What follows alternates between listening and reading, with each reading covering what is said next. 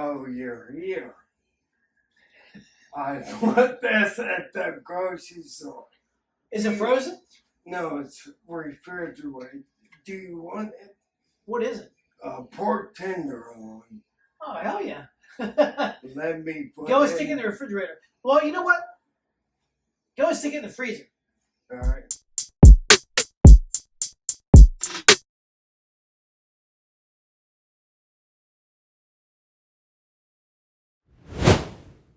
Good morning, good day, and good night wherever you may be.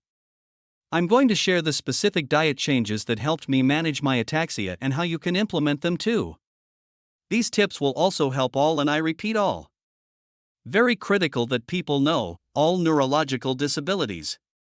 This is Art Thomas, and I have acquired ataxia, which accelerated my unknown hereditary ataxia. Welcome back to living with ataxia. My goal, like I told you, is to only eat once a day. Because right now I eat twice a day. And I notice the more I eat, the better I feel, as long as I eat the right thing. Yeah, well, when somebody goes on the, animal-based diet, even a ketogenic diet, a keto diet, animal-based, or a carnivore is all a ketogenic diet for the most part. But with a keto diet, you still can eat vegetables, so you do have carbohydrates. It's just very low, and you don't eat a lot of junk. It's processed. So it's almost like stages. That's better. And then the animal-based diet, where it's more meat and more animal products and less vegetables, is even better. And then the ultimate will be the carnivore diet, which is like steak, burgers, chicken, fish, eggs, dairy if you want. So that would be the ultimate. But the more you eat like that, the more you become in tune with your satiety signal.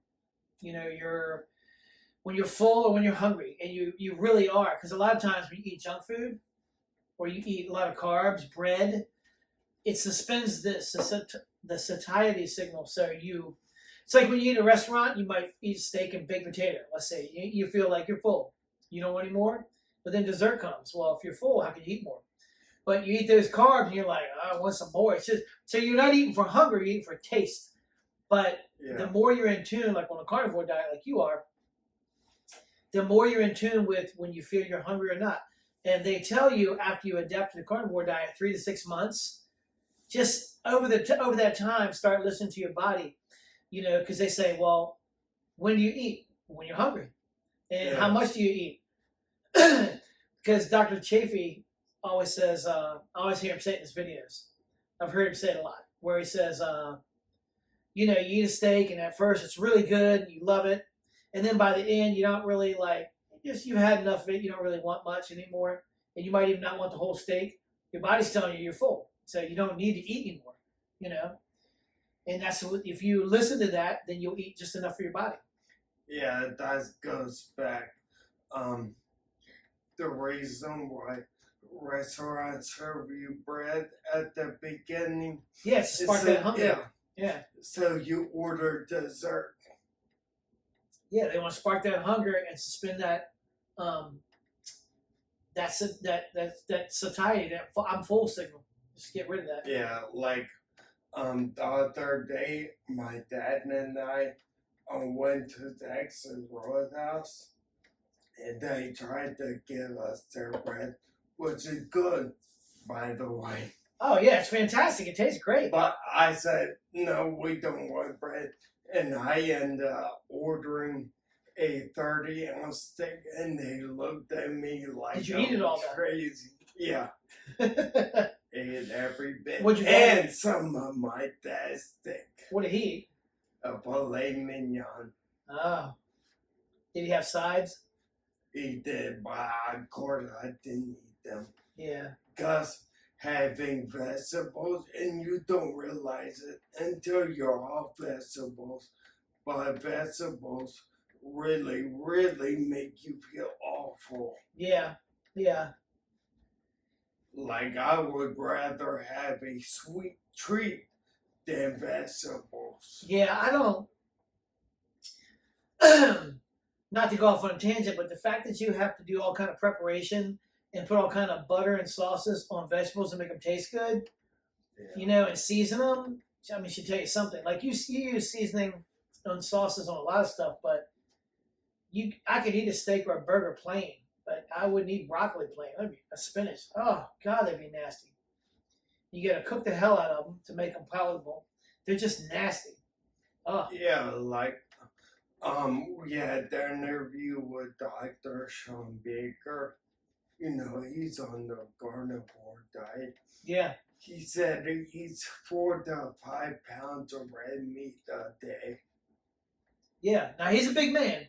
But yeah, He's 6'4", he's yeah. 6'5", 250 or 60 pounds. He's a big guy, but still, that's on. And he's 56 or 57, and he's been on it for.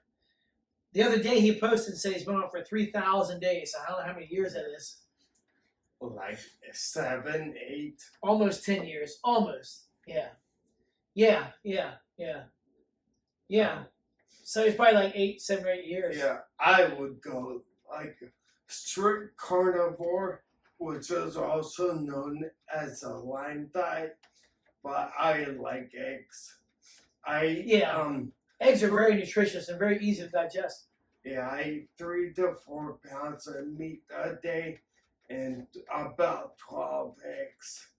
Some people and dairy, I love dairy. Like I would, once you become acclimated, if I could have a raw milk and have ready access to it, but most states don't make it legal because they want to sell you the pasteurized stuff that they've already destroyed a lot of nutrients through the pasteurization process by heating it, so it's not the same. But I can't get that readily. I guess I could, but they just make it a pain in the butt for you to get. But when people have their own farms and cows and goats, they just get it from their own. Yeah, and like changing my diet because I went from keto to carnivore, and it was noticeable to me, but really noticeable to people downstairs where the actual gym is. And they said, "What are you doing that is different?" And I say, I adopted the carnivore diet, and I got some cells from R3. Yeah. And that changed everything. You started doing carnivore diet before you got any stem cell treatments, right? No, after the first one. After the first one? Yeah. Yeah, because I researched it for about 6 months, and I was like, that's what you need to do. You need to go on the carnivore diet. It's probably the best diet overall to cure so many modern day maladies you have, from everything from Crohn's, celiac, type 2 diabetes, Hashimoto's. There's a lot of people that have Hashimoto's for thyroid. Things that they traditionally think that you can't just get over. And they don't tie to diet. Maybe diabetes type 2. But even then, they'll still have you eat a lot of carbs, which is not good for you. Yeah. The funny thing is, too, is once you become what they call like fat adapted, and you get used to eating carnivore diet, and then you can switch back and forth. You could have carbs, and it's not the same. But when you eat like a standard diet, a standard American diet, you eat a lot of carbs, you can't use the fat as much. It's like going on a carnivore diet, and you can use carbs too. But if you use a standard diet, you can't use fat as efficiently. But you become they call it metabolically flexible. You can use either one. You can use fat or carbs, but you can't. If you're used to eating carbs all the time, you get used to that as your energy source. Your body can't as easily utilize fat for energy. Not like when you become fat adapted, and then it can still use the carbs. It doesn't lose that ability. You can eat those. It's fine. Yeah, as you know, I'm trying to get my father in the carnivore diet because it definitely will help his cancer, but he likes the sweet too much. I know, it's terrible for him. But it's just like a buddy of mine, his mother has cancer in one of the lungs. It's like, man, just if we could just get her, to adopt that diet, not smoke or not eat junk food. But Those are things people like, and they've been doing them for years. And they don't even think like that's the thing that gave me this. They don't even think like that. They just think like I've been doing this for years and I like it, and I don't want to stop. It's crazy. To me, it was easy, but at the beginning of carnivore, I took like baby steps. Like I saw you use ketchup on my eggs and stuff like that, but now I can't even stand ketchup. And people don't understand, like, let's just say that was all you did was have ketchup. That would be fantastic compared to in most ways that most people eat. You know, Yeah. if that little thing you had, it's like people in the carnivore diet. A lot of proponents like Dr. Chafee or Dr. Baker, they'll say like, well, you probably feel better, but if the worst thing you do is have coffee, that's probably fine. If you feel all right with it, drink it. It's fine. Yeah, Yeah. that's one of my downfalls is coffee. But it's not terrible. You know, it's not terrible. It's not the end of the world. And I know people that they eat the carnivore diet and they'll still have avocados. It's probably the least that I can think of. You know, has bad, you know, something bad in you for it. It's probably the least, you know, toxic, I guess you could say. Wow. Because vegetables and things like that have lectins and oxalates. Oxalates are the things that cause kidney stones. You know, they have things in them like that. It's just all types of stuff like that that's not good for you. They might have some nutrients in them, but the nutrients they have aren't as bioavailable, you know, as the nutrients in meats, the nutrients in any animal product. And, you know, eating those, it's just not the same. But having something like avocado, I think it has the least damaging things in it. Because it's like a matter of degrees. It's like, you know, there's a scale. I think one of the worst things is like broccoli or cauliflower, you know, or beans. That's why people get gas and you get all this gastrointestinal distress because you're trying to eat these things. Your body's trying to break all these different things down. It has all this crap in it. It's not good for you. You know, like fiber, your body can't digest it. Like I told you, I had the avocado. It really did a number. Yeah, some people can't even do that. Yeah. And I love avocado. But after having that one, I said no more. I hate avocado. If I was going to eat the carnivore diet and have something, I'd probably have something like strawberries or pineapple. Like, they're mild, tame compared to anything else, you know. But, But as you know, we're going to Vegas for the conference. And I asked them, do you have anything that's good for the carnivore diet? They said no. And it goes back to them only having... At the conference. Yeah, only having pastries, that kind of stuff. You would think them being a health organization, they would not have anything like that. Oh, if you go to the Mayo Clinic and go to their store, they're selling Doritos and it's like, oh my God. I promise you, if They can't sue me for that because it's true. I promise you, if I did exactly everything that they told me, no way in chance I would be where I'm at. I would be stuck, and what I did was the complete opposite of what You'd probably they still be in a said. wheelchair. Yeah. I don't. It's not a threat. They're gonna take it as a threat. It's good what they do, like research and development. That's good, but everything else is like. You would think they would, like really go after diet, you know, the less complex things, but I don't know. Yeah, it's just, I don't get it either. Yeah, just the small little things matter. I don't know why they don't do that, but it goes back to my dad is seeing another cancer doctor, Yeah. and Sorry, I had to answer this. It's time sensitive.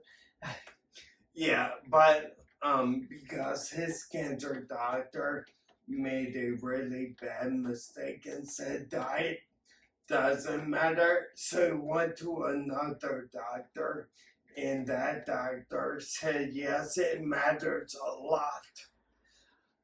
Well, the fact that they told him that he had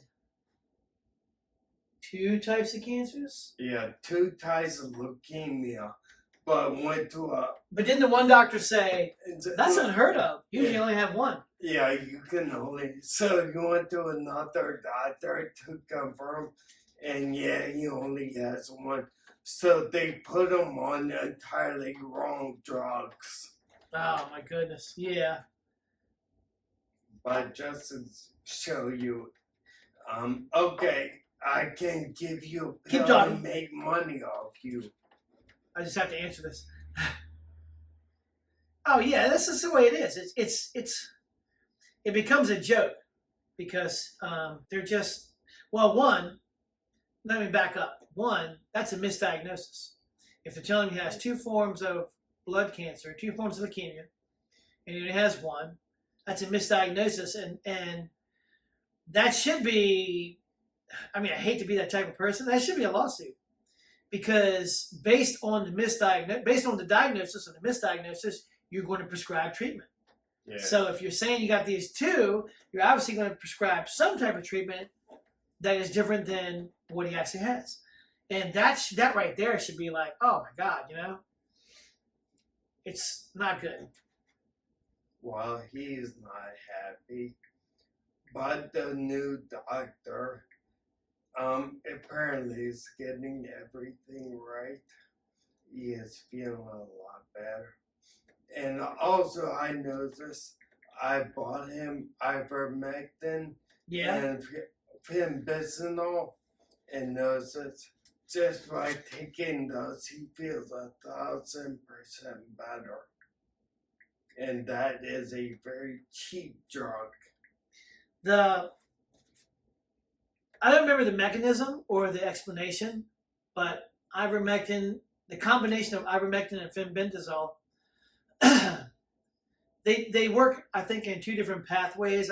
I can't remember the explanation, but they're good. The combination is good together because I've seen testimonies of people that they took just the fenbendazole and they cured their cancers, and the ivermectin is a stronger anti-cancer drug than the fenbendazole. Just need to do the simple things in life, and you'll be amazed at what your body can do. Yeah, since I'm going out of town on next week, I cooked 32 hamburger patties. Oh, there you go.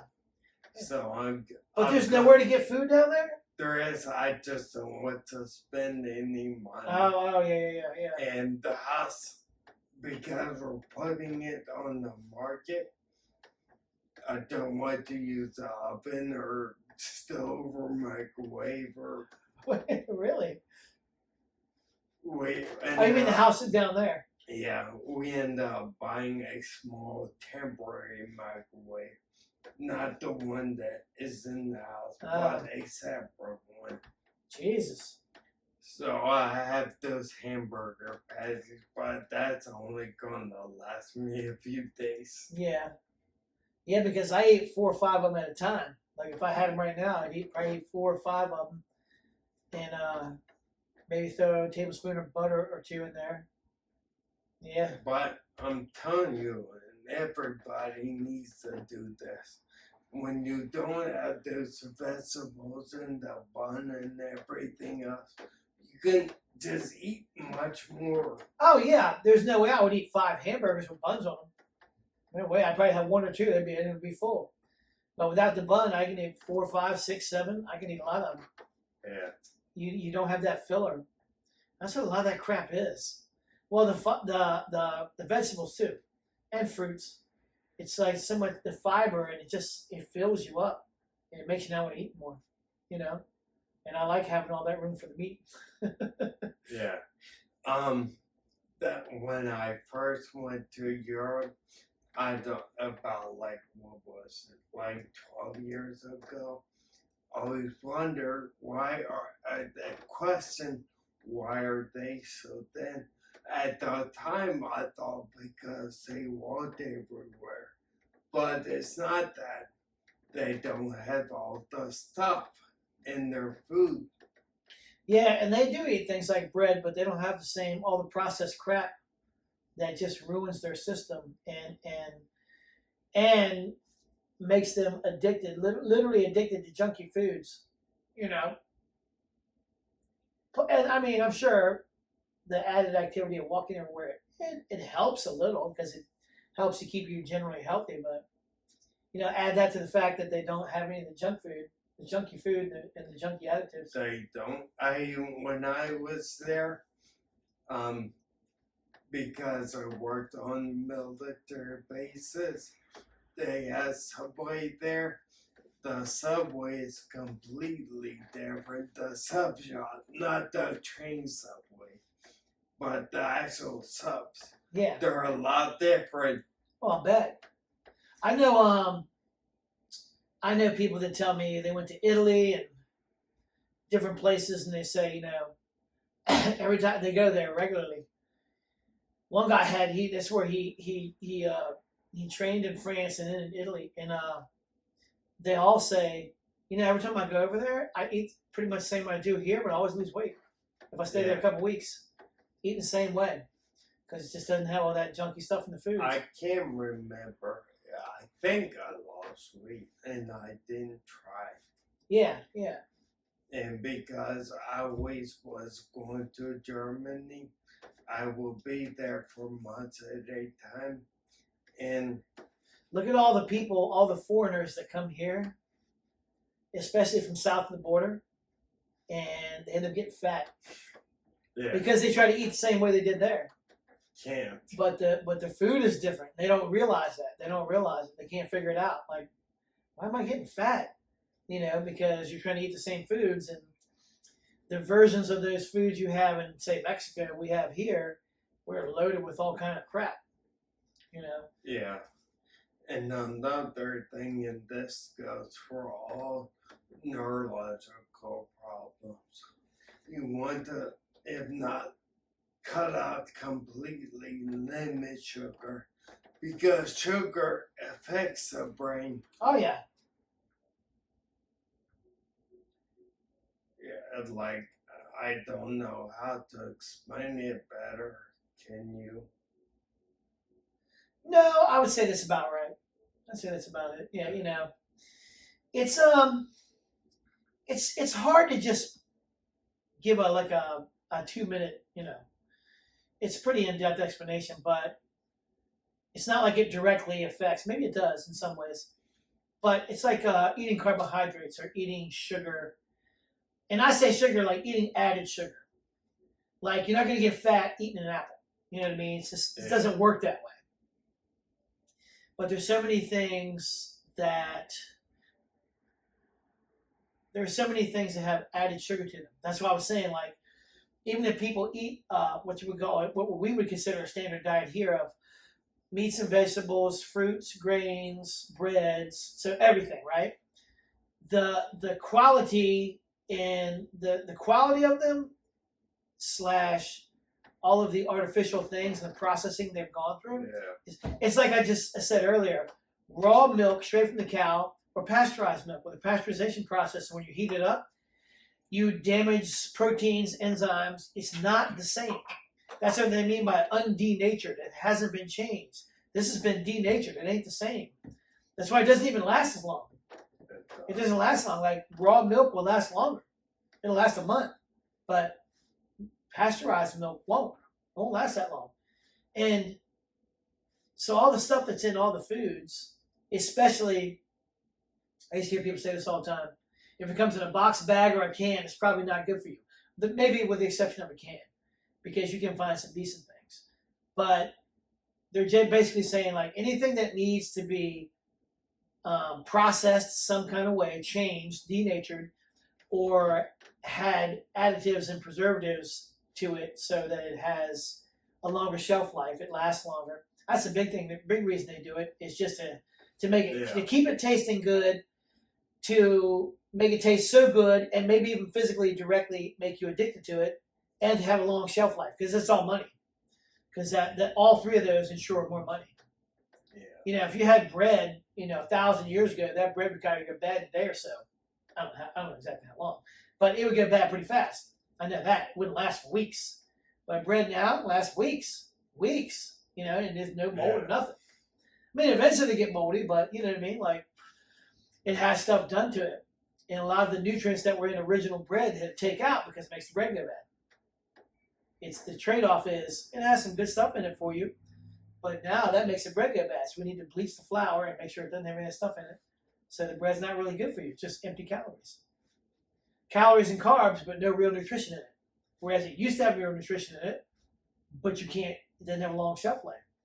Well, that's bad for business. That's not money. Yeah. If stuff goes bad, in a day or two, or even a week, you can't sell it back, Yeah. But people, to go back, Thanksgiving bought somebody asked me, they were grocery shopping or something, asked me what to buy. And I said, if you go down the aisle and it's colorful, you don't want anything in the aisle. It's funny that people say that, like they push fruits and vegetables, well, vegetables in particular, and they talk about the different colorations. Usually in nature, in the wild, there's two things, like fruits. Obviously, the plant or the tree wants you to eat the fruit, and that is one of the reasons it's made sweet, so animals will eat it. They're usually readily available, like apples, fruits, they're hanging right off the tree. Orange hanging right off the tree. You just go grab it. But a vegetable like a potato, you got to dig out of the ground, and it tastes nasty, raw.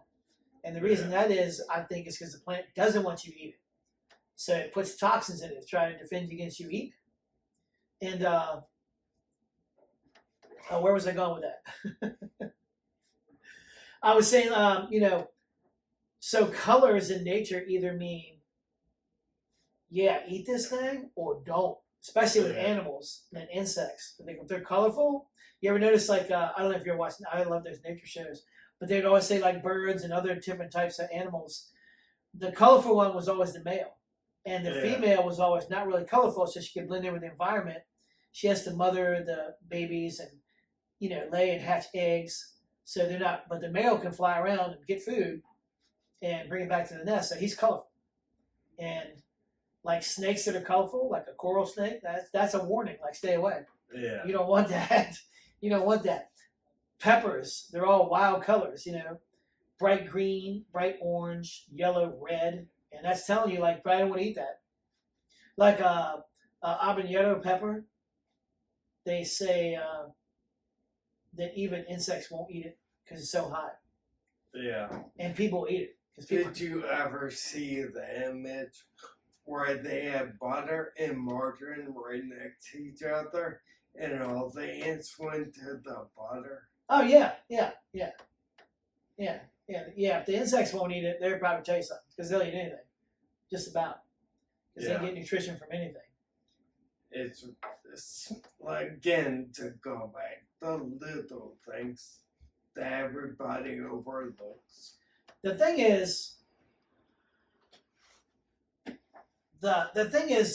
even like, there's a lot of things, but even the bioavailability, meaning the vitamins, the minerals, the iron, the B vitamins, you name it.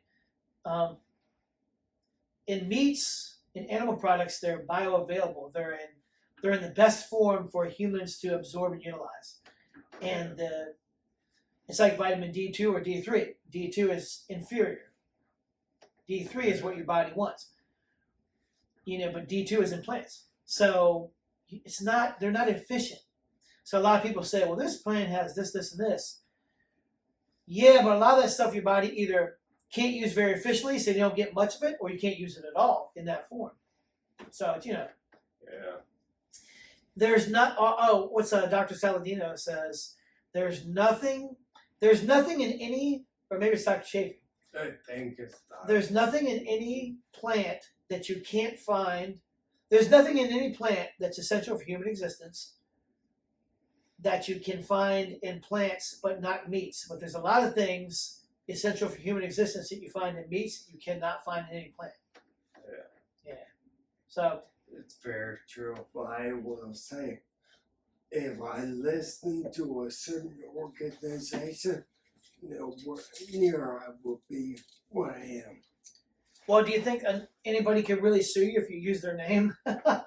I'm just being Yeah. careful. Yeah. Just saying, if pretty much what I did was everything opposite of what they said. Well,